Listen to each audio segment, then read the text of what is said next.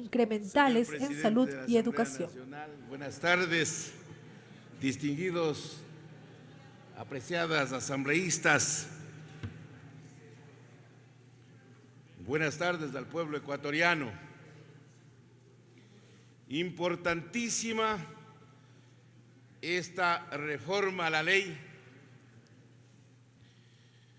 aunque no hacía falta, ya que esta ley del Código Orgánico de Planificación y Finanzas fue publicado el 22 de octubre del 2010,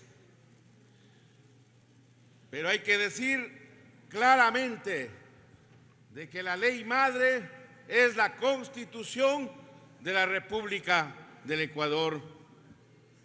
Si no se ha aplicado la ley, han venido una serie de efectos negativos para el pueblo ecuatoriano, porque sobre todo en materia de salud y educación jamás se ha puesto el presupuesto necesario para los ecuatorianos. El país acaba de contemplar una situación sumamente álgida, cuál es el levantamiento popular, indígena y social, frente a una negligencia, a un quemimportismo, a una falta de atención del gobierno ante los requerimientos clamorosos del pueblo ecuatoriano.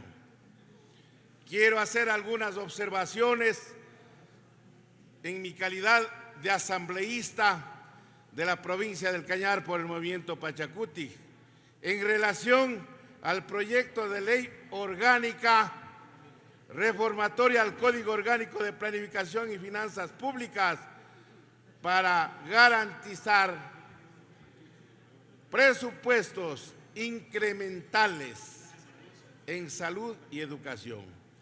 El proyecto de ley presentado por la señora presidenta de la Comisión Especializada Permanente del Régimen Económico y Transitorio de la asambleísta Mireya Pazmiño Arregui, busca que se cumpla con lo determinado en las disposiciones transitorias 18ª y 12ª relativas al establecimiento del 6% del Producto Interno Bruto para la educación y el 4% para la salud.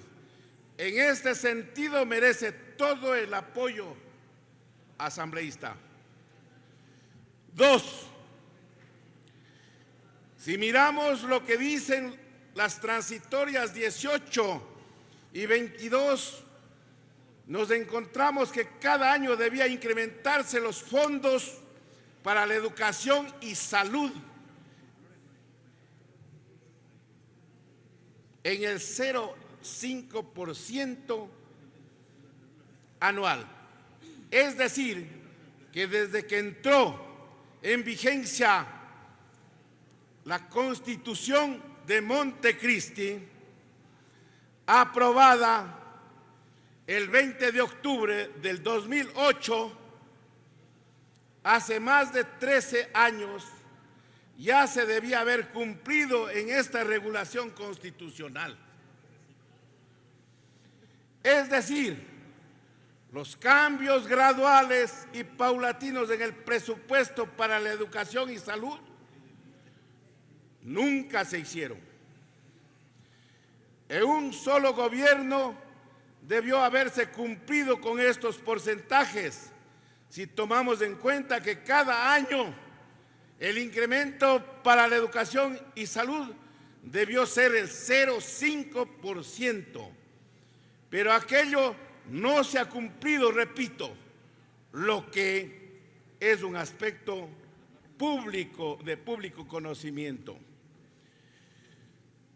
Nunca se preocuparon los gobiernos de turno a dar cumplimiento con la Constitución, y una Constitución aprobada en la época del presidente Rafael Correa y del presidente Lenín Moreno. Es decir, el artículo 444 y las disposiciones transitorias 18ª y 12ª. La inquietud que tengo es la siguiente: ¿qué pasará si el ministro de Finanzas, siguiendo instrucciones presidenciales, no respeta lo establecido y nunca cumplido en las referidas transitorias 18 y 22 de la actual Constitución? Por ello me permito hacer las propuestas en torno a este proyecto. Primera, que se determine en forma expresa que si el ministro de Finanzas no respeta lo establecido en la Constitución y en esta ley, será separado de sus funciones. No puede haber normas jurídicas, más aún si son de carácter constitucional, de cumplimiento discrecional, debe respetarse. Segunda, que se incluya en la ley que estas asignaciones serán de carácter prioritario y no podrán ser recortadas por ningún concepto, menos en intención a las recomendaciones o sugerencias de organismos multinacionales. Me refiero al Fondo Monetario Internacional y al Banco Mundial. Siempre los gobiernos de turno han estado sujetos a las imposiciones de organismos internacionales, al Fondo Monetario Internacional, a tal punto que el expresidente Lenín Moreno firmó una carta de intención bajo condicionamientos de comprometer 3.000 millones de dólares en la reducción del gasto público. Escuchen, 2.000 millones de dólares en ingresos tributarios y 600.000 millones en reducción de sueldos y eliminación de partidas.